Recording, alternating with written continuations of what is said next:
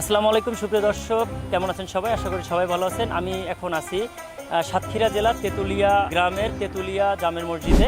সাতক্ষীরা জেলায় অবস্থিত তেঁতুলিয়া জামের মসজিদ স্থানীয়ভাবে তেঁতুলিয়া জামের মসজিদ কিংবা মিয়া মসজিদ নামে পরিচিত হলেও আদৌ মসজিদের নাম তেঁতুলিয়া কাজী খান বাহাদুর সালামতুল্লাহ জামের মসজিদ। চলুন মসজিদের ইতিহাস এবং মসজিদের সৌন্দর্য আপনাদের মাঝে ভিডিওর মাধ্যমে তুলে ধরার চেষ্টা করি।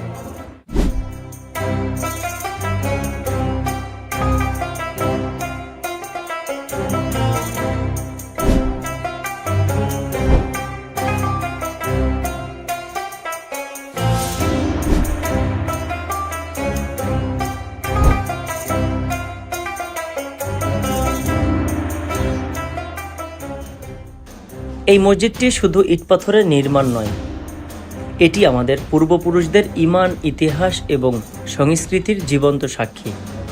বাংলাদেশের প্রতিটি মসজিদ আমাদের সংস্কৃতির অবিচ্ছেদ্য অংশ, যা শুধু উপাসনার স্থান নয়, বরং একে অপরের সাথে মিলিত হওয়ার, একসাথে প্রার্থনা করার এবং ইসলামের শিক্ষার আলোকে জীবন পরিচালনা করার এক মহান স্থান। তেঁতুলিয়া জামের মসজিদ স্থানীয়ভাবে মিয়া মসজিদ নামে পরিচিত হয়েও এর মূল নাম তেঁতুলিয়া খান বাহাদুর কাজী সালামতুল্লাহ জামের মসজিদ।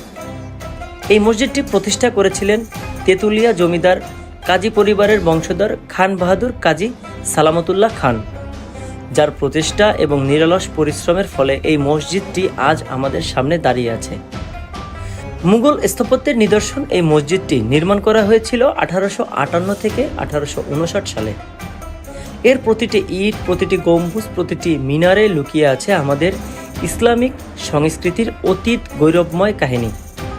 মসজিদের প্রবেশদ্বারে থাকা 7টি বিশাল দরজা, 12টি মজবুত পিলার, 6টি গম্বুজ এবং 20টি সূক্ষ্ম মিনার আমাদের এই তেঁতুলিয়া জামের মসজিদ শুধু একটি উপাসনালয় নয়, আমাদের ঈমানের প্রতীক, আমাদের ইতিহাসের সাক্ষী ও আমাদের সংস্কৃতির অহংকার।